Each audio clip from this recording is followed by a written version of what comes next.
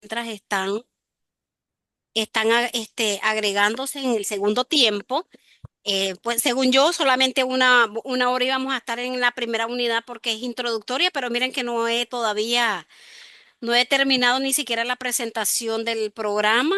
Voy a tratar de agilizar. Ustedes me paran, ¿quieren que me vaya directo al programa o vamos bien hasta donde vamos la forma de poderlos explicar?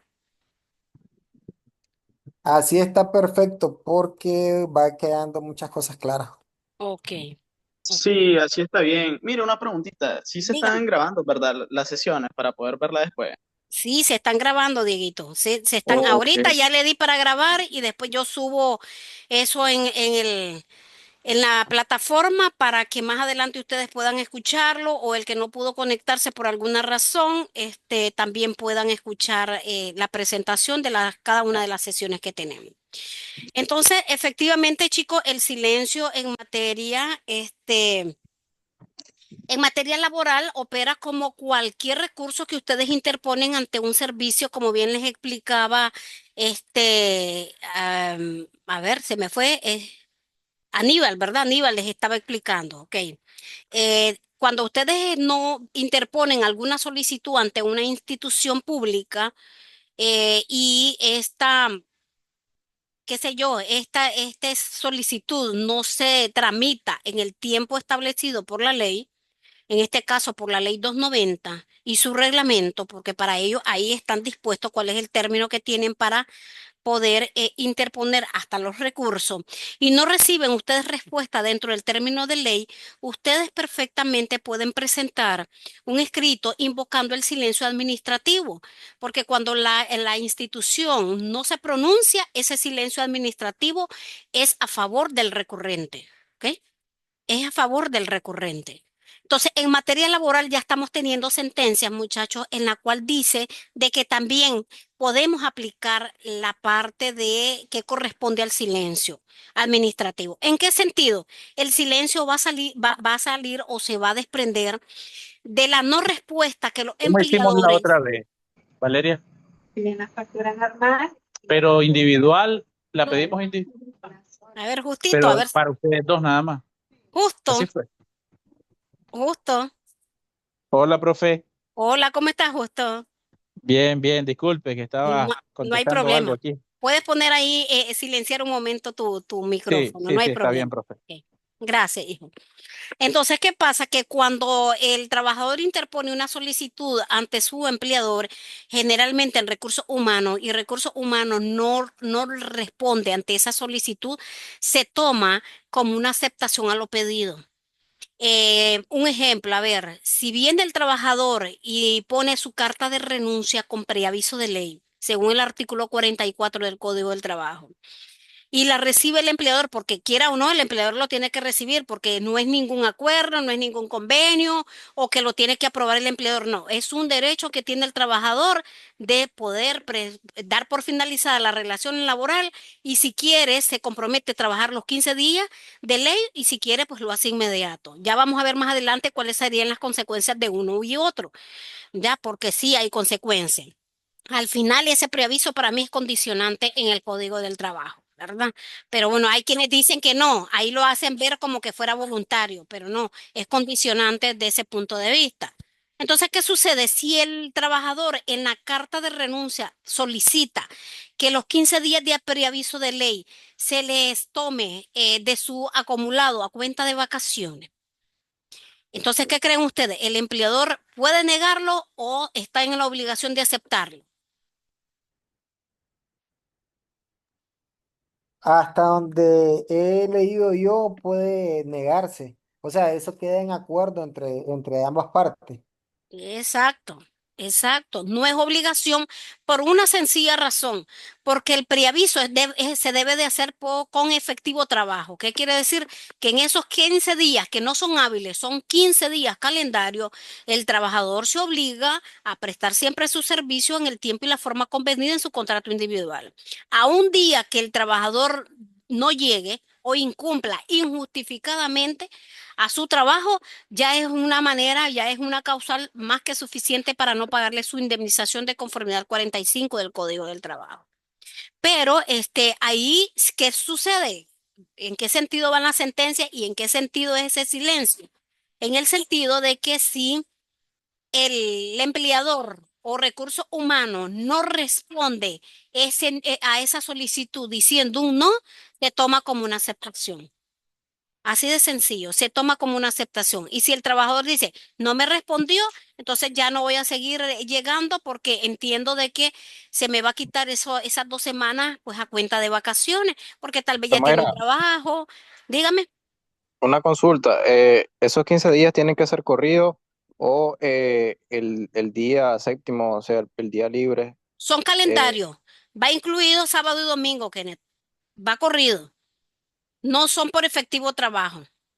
Si usted presenta su carta de renuncia, no importa que lo presentaste al inicio de tus labores o a final de tus labores, porque casi siempre los despidos son cuando finaliza faena. Primero dejan que desquites el día y ya te están notificando gracias, pero ya no te queremos tener y te aplican el 45. De igual manera, la parte de la renuncia, no importa que la presentes por la mañana o por la tarde, a partir de esa fecha, perdón, a partir de ese día, y claro, pues de esa fecha comienza a correr los 15 días y son calendarios, son corridos, tomándose en cuenta pues el sábado y el domingo como tal. Entonces ahí sucede, ahí pasa. Entonces, ¿qué sucede cuando, retomando siempre la explicación y asume el trabajador que fue aceptado?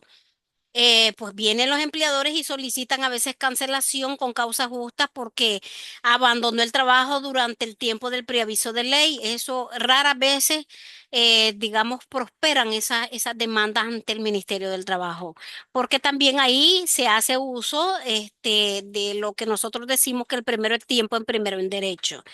El trabajador fue el primero en presentar su carta de renuncia con preaviso de ley. Sí hizo una solicitud en la cual el empleador podía negarse porque la ley no lo obliga a que acepte eso. El empleador puede decir, no, pero me venís a trabajar o sí los 15 días y no tiene que por qué aceptarlo. Pero ¿qué pasa?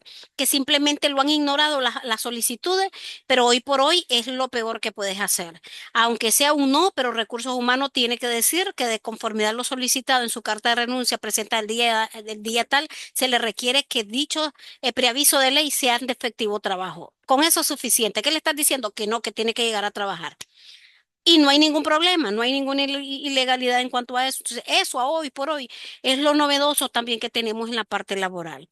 Entonces, eso es lo que nosotros vamos a ir viendo en el paso de las temáticas y en el transcurso para irlo viendo, para ir conociendo cuál es ese criterio, qué dice el ministerio al respecto, qué dice el Tribunal de Apelaciones, qué es lo que están diciendo las sentencias, qué es lo nuevo que también está inventando el empleador para poderse desligar de la obligación o la responsabilidad de pagar los derechos de los trabajadores. Todo eso lo vamos a ver porque ellos pues también se viven actualizando. Así son como aquellos muchachos, no ustedes, ¿verdad? Ustedes son bien estudiosos, pero a veces los muchachos hasta para copiarse viven innovando, ya no se ponen aquellos en las manos ni en las piernas, todos aquellos apuntes. Ahora son otras cosas, muchachos, que ahora está de moda, ahora andan hasta con su celular que ahí miran todos los correos y todo lo demás, perdón, los reloj, ahí también es una forma y con su teléfono inteligente también todo tienen ahí a la mano, por eso es que unos que otro docentes a veces pues al momento de las evaluaciones les quitan los aparatos por esa sencilla razón. Pero bueno, vamos a ver esa parte. Como bien les decía, el caso de las mujeres, de la niñez y la adolescencia, vamos a ver 2 o 3 aspectos de cada uno de Profe, ellos para, disculpe, yo tengo una duda dígame. respecto a lo del silencio administrativo en esta materia. ¿Cuánto tiempo tiene que pasar para que sea aplicable? En este sentido, como es algo que no está regulado y no está normado y está por jurisprudencia, el caso que les estoy haciendo referencia del ejemplo, eso tiene que ser a la brevedad posible, tiene que ser el mismo día, más tardar 24 horas para que Recursos Humanos dé respuesta. Porque si yo lo estoy presentando el día de hoy, a partir de ahorita comienza mi preaviso de ley. Entonces, ¿qué sucede? Que desde el momento que ella lo recibe, ellos tienen que darle respuesta. En ese particular, ya las otras solicitudes o peticiones que hagan los trabajadores va a valorarse en dependencia de qué y eso ya dentro de poco también se van a ir incluyendo en los reglamentos internos. Recuerden que los reglamentos internos de trabajo disponen ciertos procedimientos disciplinarios que en la ley o en el código no están dispuestos. ¿Ya? Y entonces lo que son requisitos de contrataciones, lo que son las faltas, las faltas en materia laboral son graduales. ¿Qué quiere decir? Que existen faltas leves, faltas graves, faltas muy graves. Y por faltas leves, ¿cuáles son las sanciones? Por faltas graves, ¿cuáles son las sanciones? Por faltas muy graves. Y en ese particular, también para reclutar personal o para procesos disciplinarios se incluyen dentro del reglamento interno de trabajo. Ya no es como la ley 476, que es la ley de servicio civil y carrera administrativa, en la cual se rigen todos los empleados públicos. Y digo empleados porque lo que son funcionarios, no todos, ¿verdad? Hablando de que los empleados son los de base, los funcionarios son los directores, y ahí no se meten los titulares, que son los ministros, viceministros y secretarios generales, que no les aplica. Entonces, ¿qué sucede? Ya en la 476, que de cierta manera son ciertas disposiciones que están en el Código del Trabajo, que es la ley 185, los trasladan a esta ley, pero adicional establecen un procedimiento muy propio para sancionar a los trabajadores, en este caso a los empleados públicos. Por ejemplo, ellos tienen establecidos las comisiones bipartitas y las comisiones tripartitas.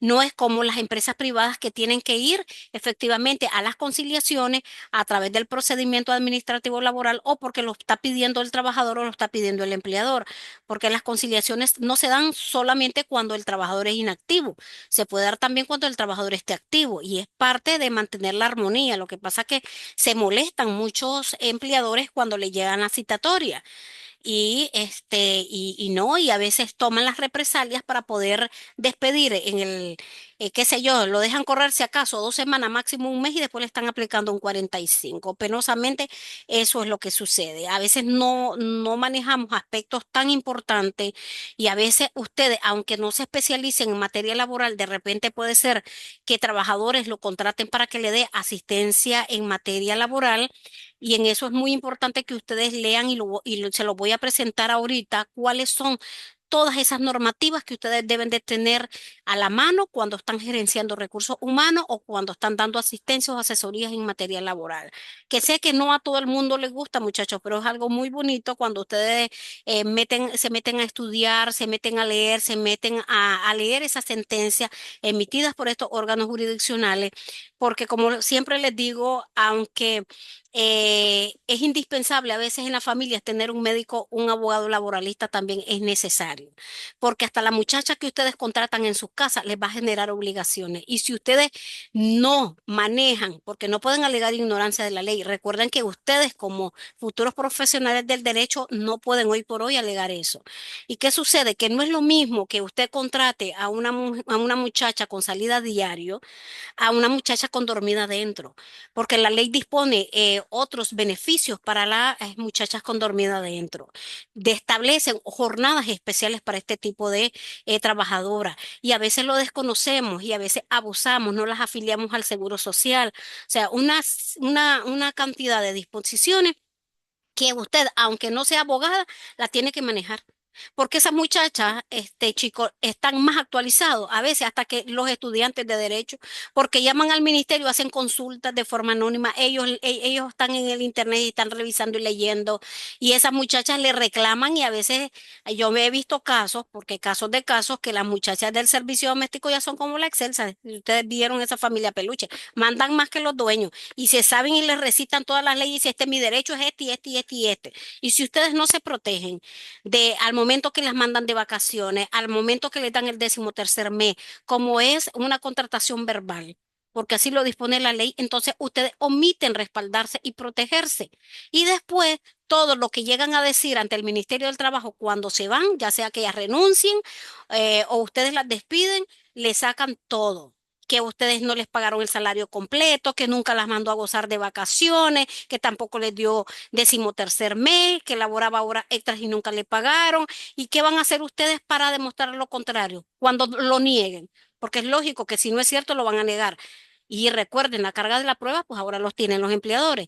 ¿Cómo va a demostrar eso? De ninguna manera, porque como no tienen la costumbre de dejar soporte en casa, casi nunca las señoras que los contratan, ya sean sus mamás, ¿verdad? O sus abuelitas, no llevan un cuaderno. Bendito sean los que ya sí lo están haciendo, porque sé que conozco uno que otros que tal vez les hace ahí papelitos y que firme la trabajadora y todo, no importa, es válido, pero siempre hay que llevar en orden hasta en nuestras casas a las muchachas que nosotros contratamos. Que a veces llegan a pelear y dicen, no hay relación laboral porque ella solo la buscaba para que llegara a limpiar la casa o para que llegara solo a lavar 2 veces por semana.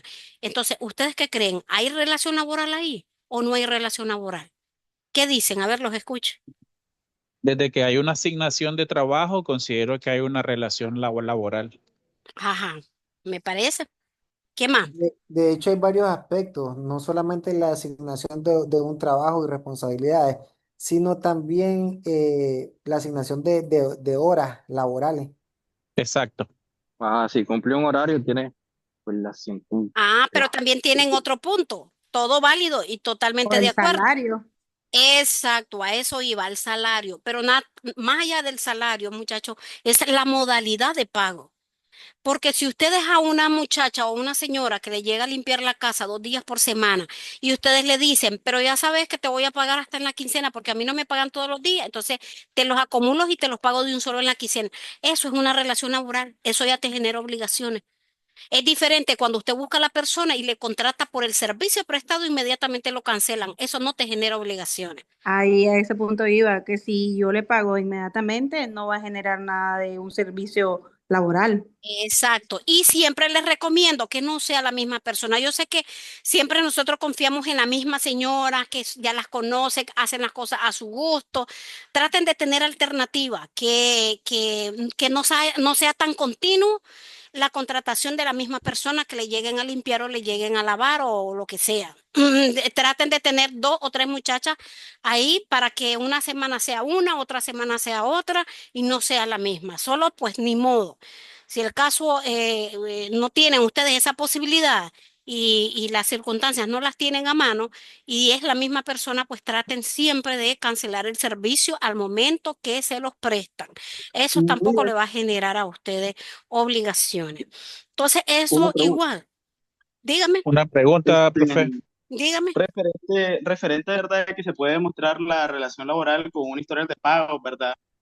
¿Cuándo se considera que el historial de pagos es medio válido de prueba con dos, con dos Para pagos este, así? para este ejemplo, Diego, Sí, para ese ejemplo. para este ejemplo, siempre les recomiendo que lleven un cuadernito. Y en ese cuadernito ustedes vayan poniéndolos por mes y por tanto por semanas los pagos que ustedes hagan a este tipo de personas.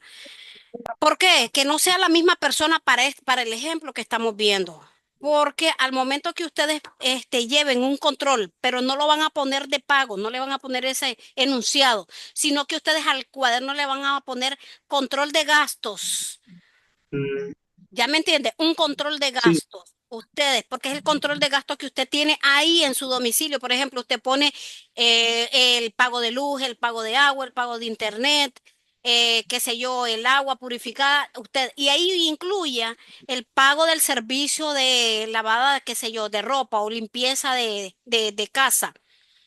Ahí ustedes lo pueden incluir como gasto. Entonces, cuando ustedes pongan ese detalle o esa descripción, ustedes le ponen al lado el nombre de la persona y que esa persona ahí al lado le firme con la fecha, si ustedes gustan.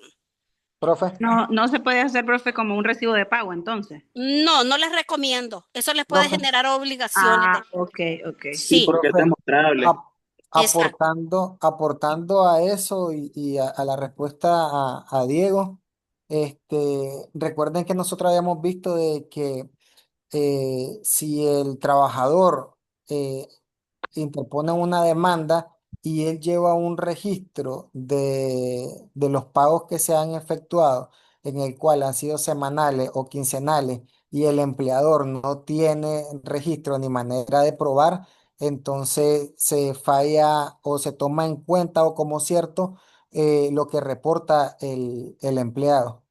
Exacto. Peligrosamente. Así es, así es. Ellos son a veces más ordenados que nosotros y ellos buscan la manera, tal vez por malas experiencias que han vivido, de cómo resguardar documentos que le van a servir o que se le va a dar el valor probatorio. Recuerden que la prueba por excelencia en materia laboral es la documental.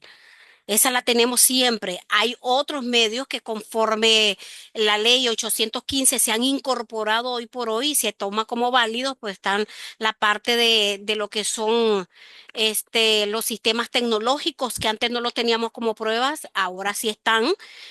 Por ejemplo, estas grabaciones se puede presentar como medio de prueba siempre y cuando esté el consentimiento del trabajador para esa grabación. Caso contrario, ustedes no lo pueden utilizar como un medio de prueba en un proceso judicial laboral. Entonces, siempre es importante que Profe, no, dígame. una consulta, un historial de transferencias bancarias, siempre en el mismo contexto de doméstica, en el rubro de doméstica, puede ser usado Sí, para contraer obligaciones. sí, no Es lo hagan. decir, Sí, es decir, si yo digo que contraté a esta persona como servicios profesionales y viene esa persona y demuestra el historial de transferencia, ella puede, obviamente eso implica de que como que se contrata exacto. y entonces quisiera aclarar eso. Claro, está dejando evidencia de que efectivamente hay una relación.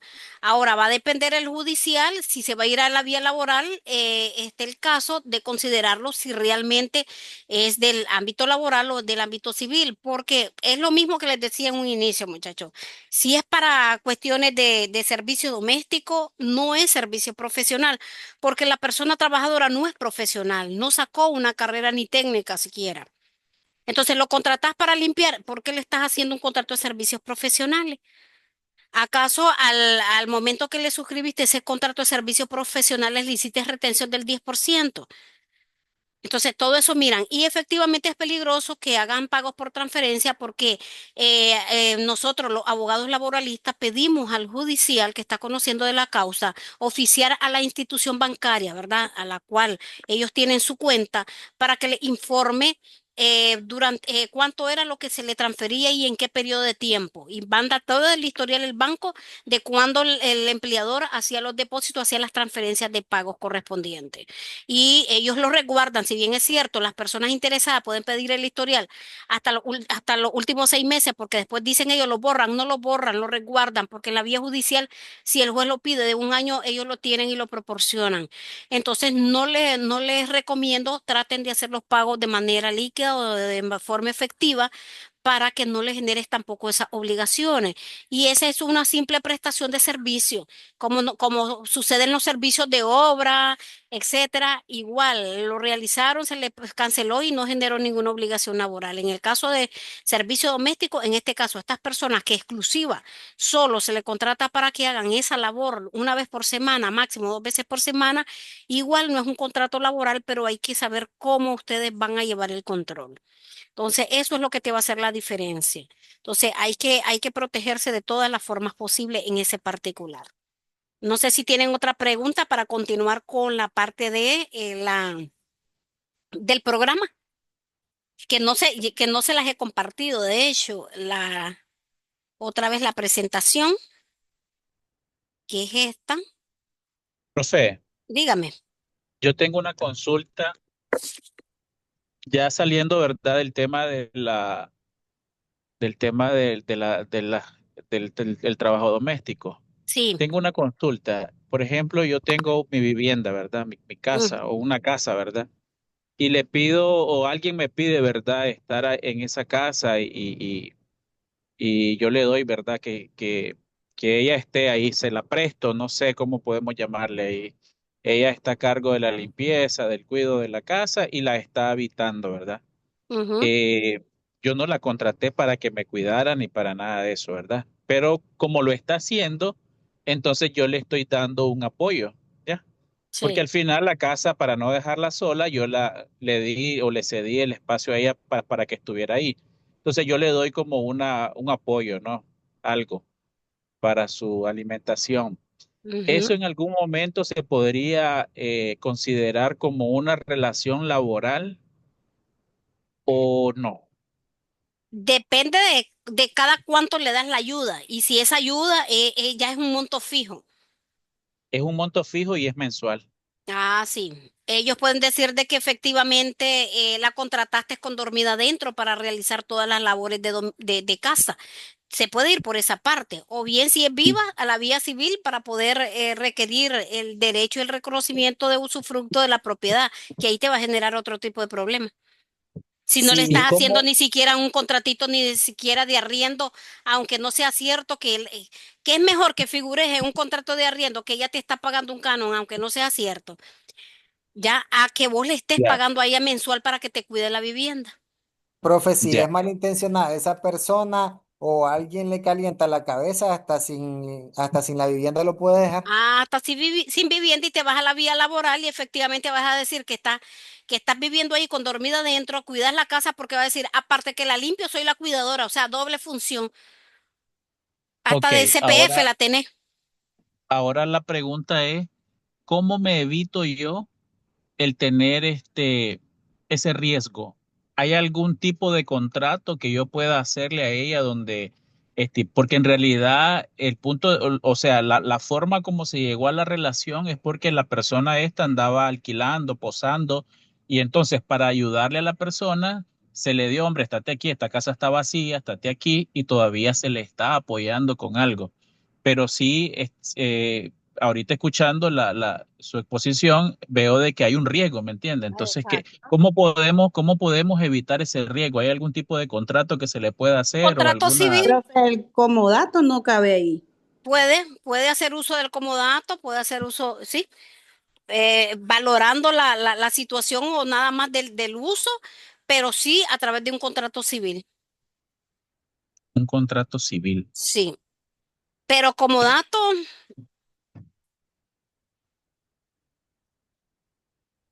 a ver, estamos valorando porque te puede generar también ahí otro tipo de obligaciones. A ver, ¿en qué sentido? Eh, Si vos querés y hacer uso del uso del contrato de arrendamiento, el contrato de arrendamiento lo podés hacer privado, lo podés hacer protocolizado, ¿verdad?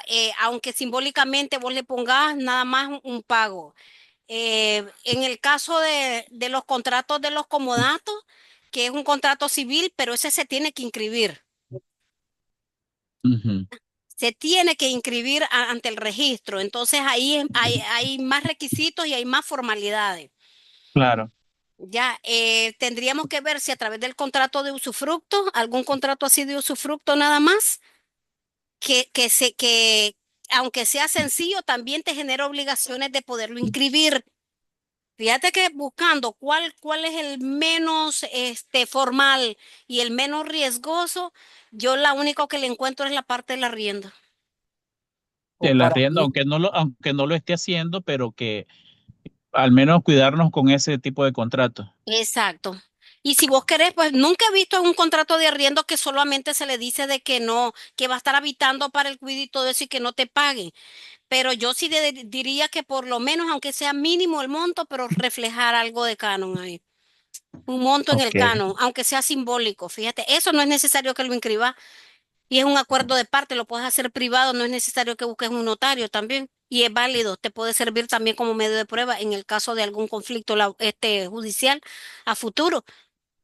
Ujú. Y si en el canon, en vez de dinero, es su aporte al cuidado y la limpieza de la vivienda, Mm, la podrías dejar como una cláusula especial, pero la podrías dejar como una cláusula especial, pero tenés que establecer un periodo de tiempo. un Ya, periodo de un periodo de tiempo. tiempo. Ahora, eso que me estás diciendo suena más a una permuta. Ujú. Ya, profe, me suena más. ¿Por qué? Porque es un intercambio que van a hacer ustedes. Vos les estás dando el inmueble y ella te está dando un servicio. Sí. profe, Y como que me suena más por ahí, pero es un contrato igual civil, dígame.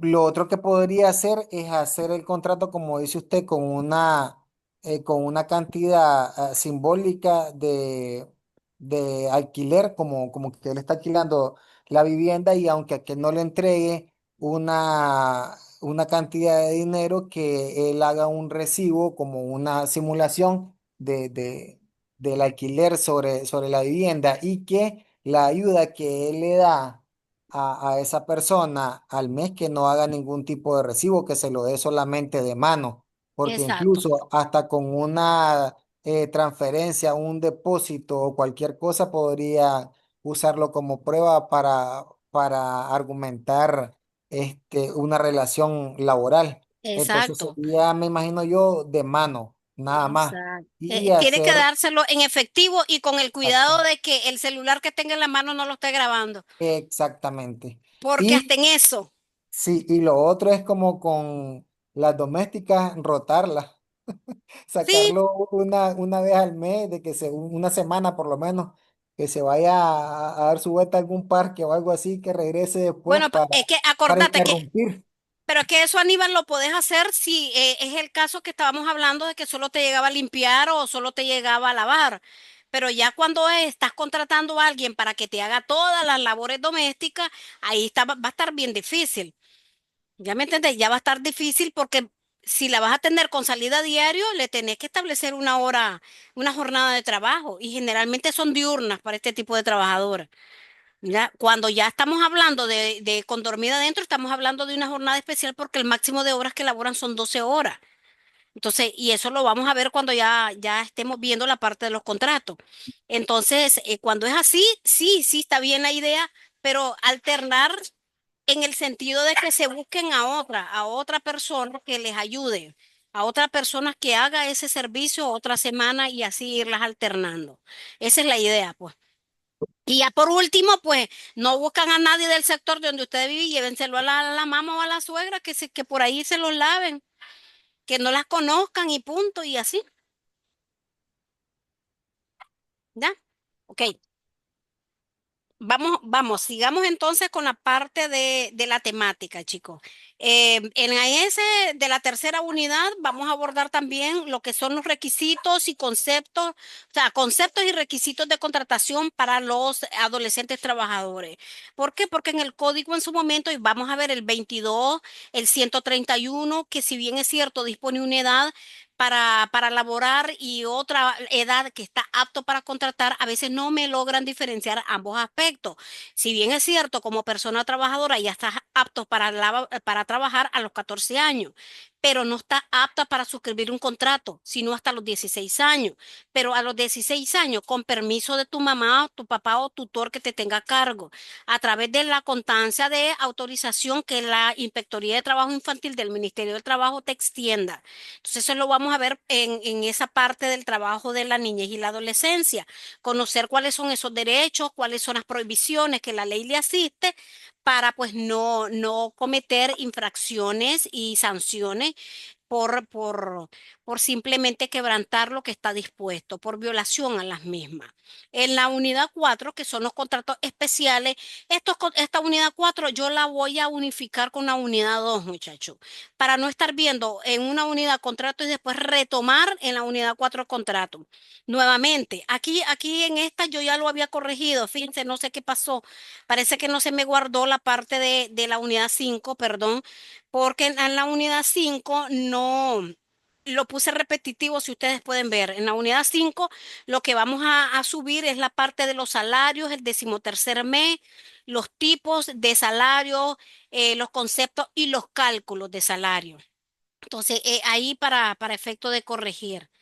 Y el caso de los contratos especiales, vamos a ver eso, lo de los, por ejemplo, lo de los transportistas, los trabajadores que están expuestos por insalubridad, pues que manipulan basura, los que están expuestos por manipular químicos o sustancias en la cual, según el giro comercial de la empresa, pues los obliga a trabajar a veces en laboratorio o fuera del laboratorio.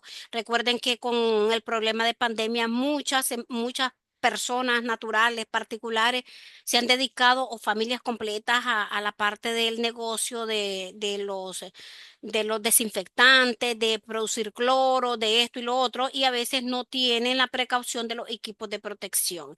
Entonces vamos a ir viendo todos esos contratos especiales para poder abordar en la unidad 5 lo que es los salarios. En los salarios, muchachos, vamos a ver la protección que tiene el salario, vamos a diferenciar salario ordinario mensual con salario mínimo, vamos a establecer los salarios fijos, salario variable, vamos a aprender a calcular salario diario, salario por hora en ambos tipos de salario, tanto fijos como variable. En ese del salario variable lo vamos a calcular en periodos cerrados como periodos incompletos o abiertos.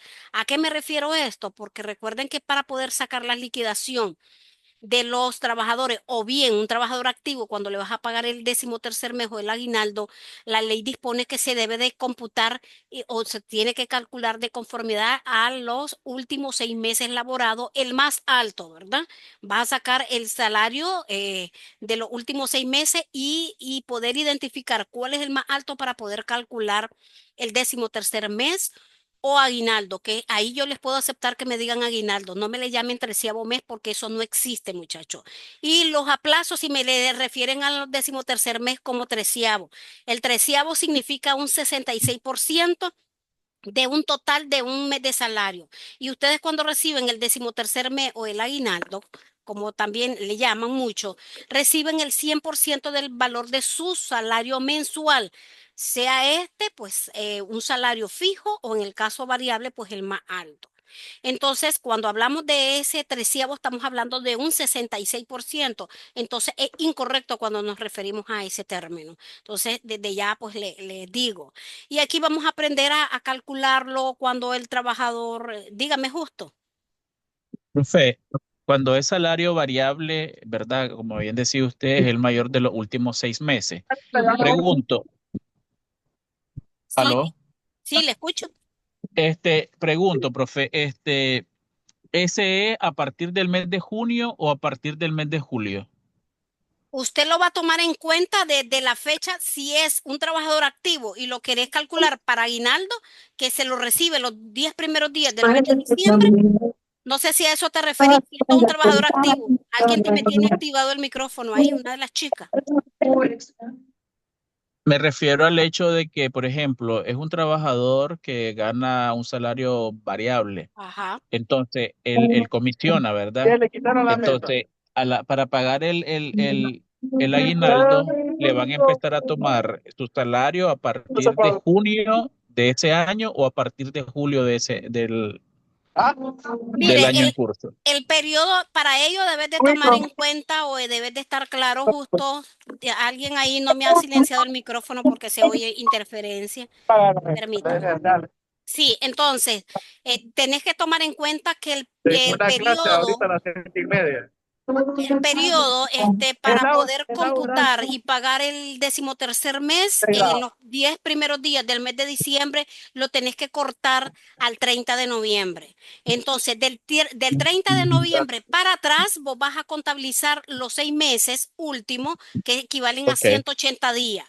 Entonces, Ujú. de ese periodo para atrás, entonces, si vos ves como vos comenzás el 1 de diciembre, justo de cada año, a acumular el 13º mes, pero que vas a recibir el siguiente año. O sea, lo comienzas a computar del 1 de diciembre, por ejemplo, ahorita los que se van a pagar en el 2025, ya estamos acumulando del 1 de diciembre del 2024 y se corta al 30 de noviembre del 2025.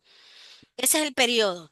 Entonces, ¿qué vas a tomar en cuenta? Que si es variable del 30 de noviembre para atrás, los 6 meses, vas a retroceder. Entonces, Ya. ¿qué mes tomarías ahí? Sería junio, entonces, a partir de junio.